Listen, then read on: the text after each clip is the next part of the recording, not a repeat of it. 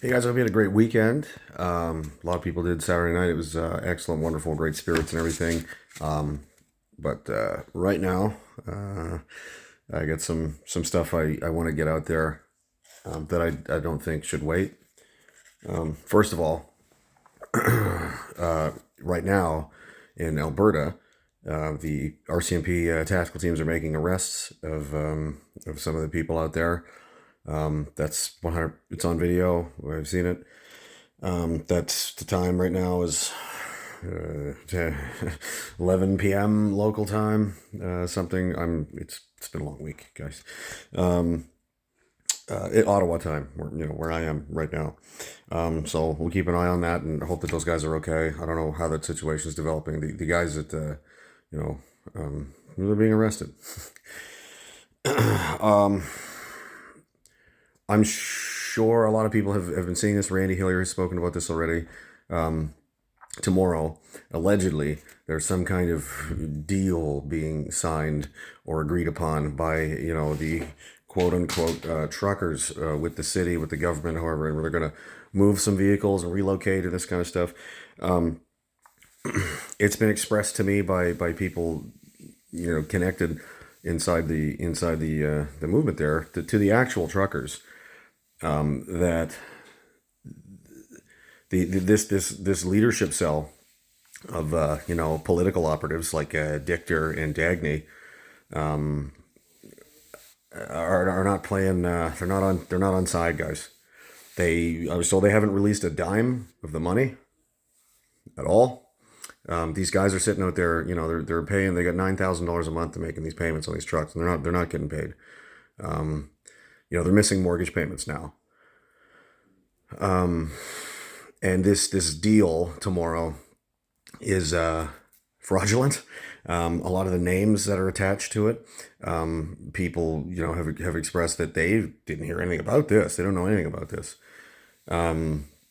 So there's no communication happening from these people down to the actual a lot of the truckers and stuff. And I think there's going to be a disavowal of sorts here in the next little while. Most people don't seem to know where these people came from, how they got involved, how they ended up controlling all of the money, why they're doing all of the speaking. These are political. These people aren't even truckers. Okay, BJ Dichter's not a trucker.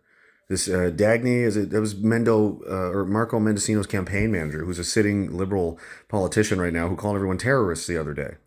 And conveniently, these people seem to be holding a lot of keys somehow. And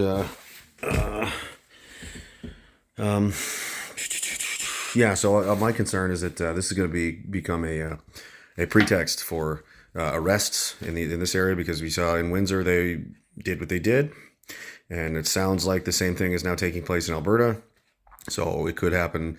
Maybe if they have this media story, which is what it is, it's a story. The truckers have not agreed to this. Nobody's going anywhere. Nobody wants to go anywhere. That they've agreed to move or leave or something. The media will run with that, and then the government will use that as like, oh, well, look, see, they said they would, do one thing, and then they didn't, and they're, negotiating in bad faith and this kind of stuff. It's a setup. Nobody's been consulted about this at all.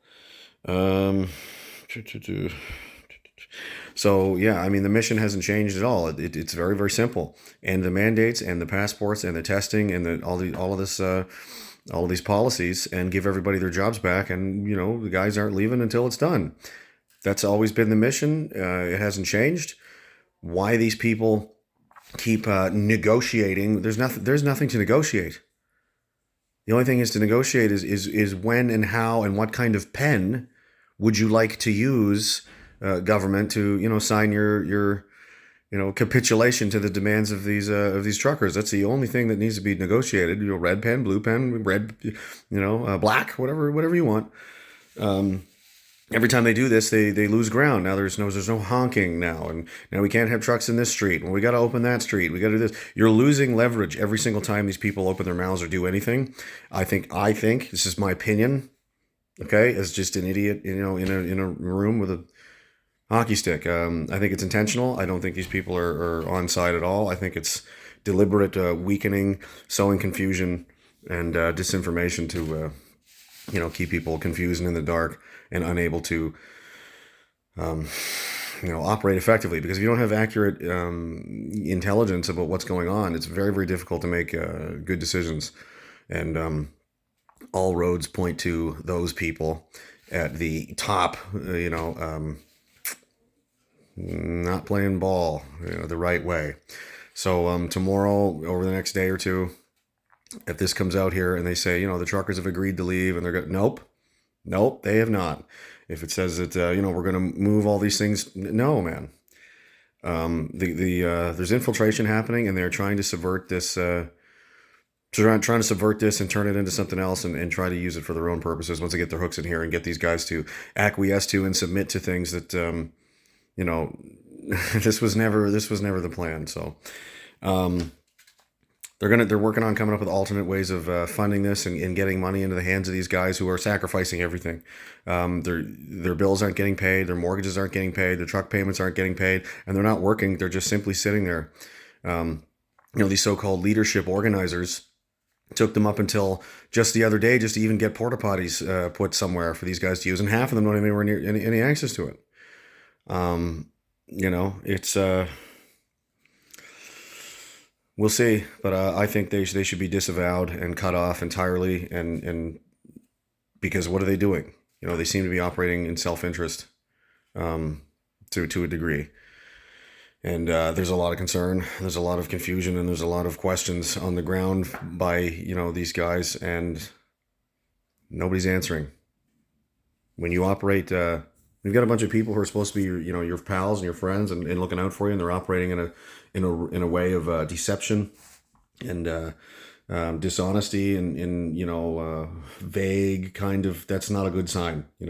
Openness and transparency, and informing everybody what's going on and what the plan is, and asking them what they think should be done. Canvassing and coming to a consensus together as a grassroots movement, because that's what this is supposed to be.